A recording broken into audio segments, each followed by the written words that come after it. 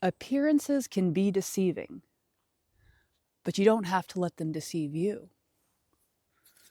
It's me, Danielle Lynn. And I imagine if you've come across this video, you're remembering how to tune in to your own inner discernment so that you can see beyond surface level appearances. And specifically, I'm going to share with you how you can not only look beyond potential deceptions, but how you yourself can live more intentionally in your present moment reality. So first things first, people can only really deceive us when we choose to play along with it, consciously or unconsciously. One of the reasons why people who are sad or fearful or downtrodden are so easy to prey on is because they have a certain level of desperation. There is a desire they are emanating that says, I want this problem to be solved. I want this pain to go away. And more often than not, when you are in the energy field of desperation, you are more likely to be willing to allow yourself to be deceived in order to receive a perceived solution or answer that provides even temporary relief.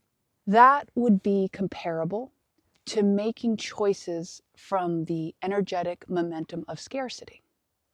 So when one is playing in the field of scarcity, it could be like saying, I'm grasping on with both hands to this meal that doesn't quite nourish me, and I'm afraid of letting it go because if I let it go, then I'll have nothing, and I feel uncertain that I will receive something. That right there could be applied to situations beyond relationships. This could be applied to relationships with money, resource, finance, or any vision that you deeply, deeply want to experience. If you are aware, if you have identified, oh, I may have some of that alive in me right now, well, no shame, no blame. All of us have all kinds of things alive in us.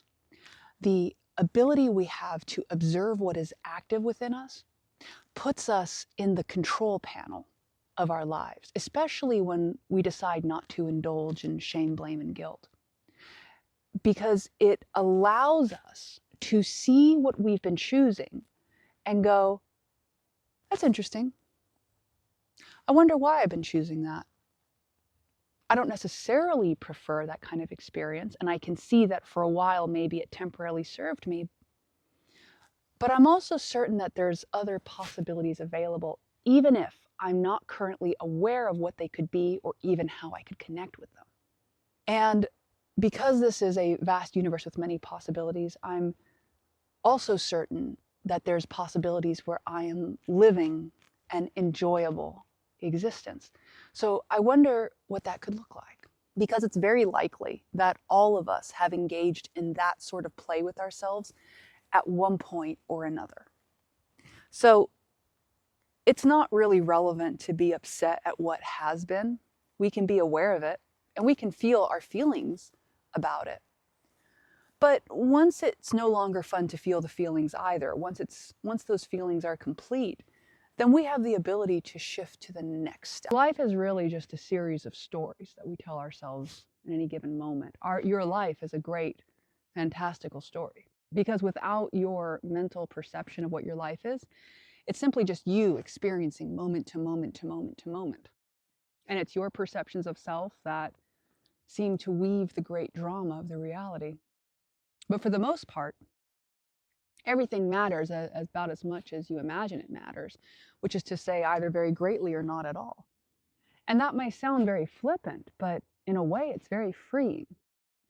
Reality matters as much as you imagine it matters. The things that happen matter as much as you imagine they matter. And yes, I mean this even for very intense situations that can happen in life. I've experienced that firsthand. Much of what I'm sharing here is really just about you reclaiming your spirit, my friend, reclaiming your energy, being able to walk in the world without being entrapped by it. And this is part of what discernment is. Discernment at its core allows you to make authentic yeses and authentic nos. Doing things like inner introspection, shadow work, exploring your attachments, being present in the present moment. These are things that can dispel deceptions. Because when you have started to develop an inner conversation with yourself, you start to get attuned to what is a resonant yes and what is a resonant no. The resonant yes may feel like expansion in your body, gut, heart space. The unresonant yes may feel like anxiety or excitement. Some people think excitement means something's really, really right, but I find, once again, excitement is just another form of intensity. And most of my resonant yeses actually come from a deeply grounded inner place.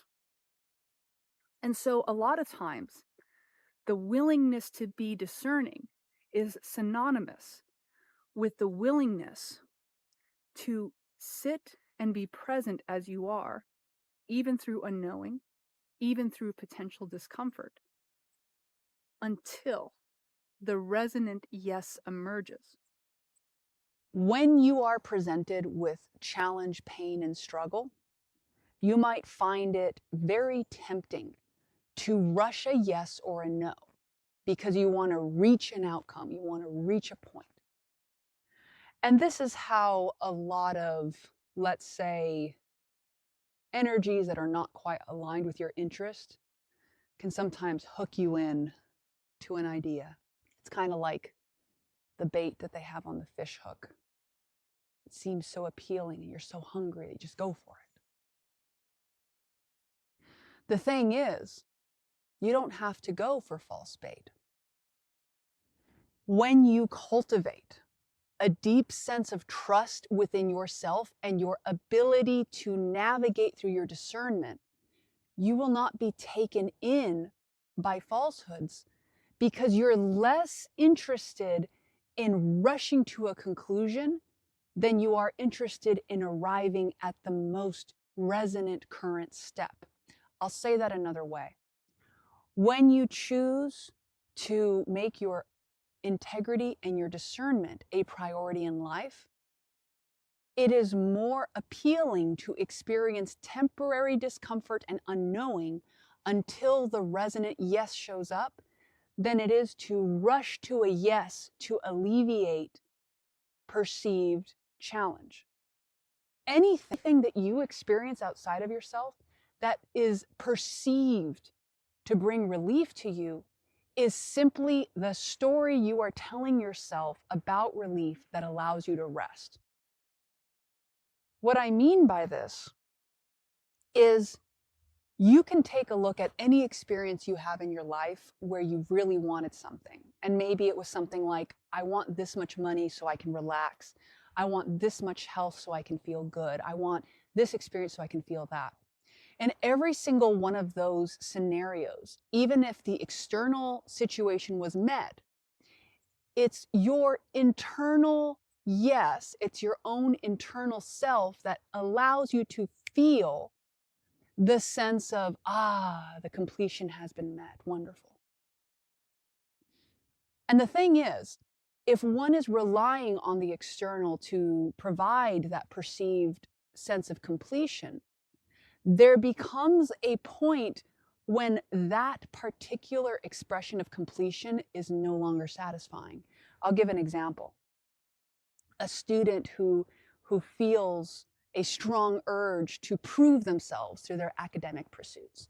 So they become top of their class and they push because they'll be enough once they hit the dean's list or once they graduate. But then they find they graduate and maybe there's a challenge getting a job. So they have all these accolades, but now they feel like a failure because they're not getting in a prestigious position. Well, let's say they then get hired. But now they've gotten hired and their other colleagues are doing even better and they have even better stuff. So again, the pressure comes. And what I'm describing is a very common story that happens when we assign outer reasons for inner satisfaction.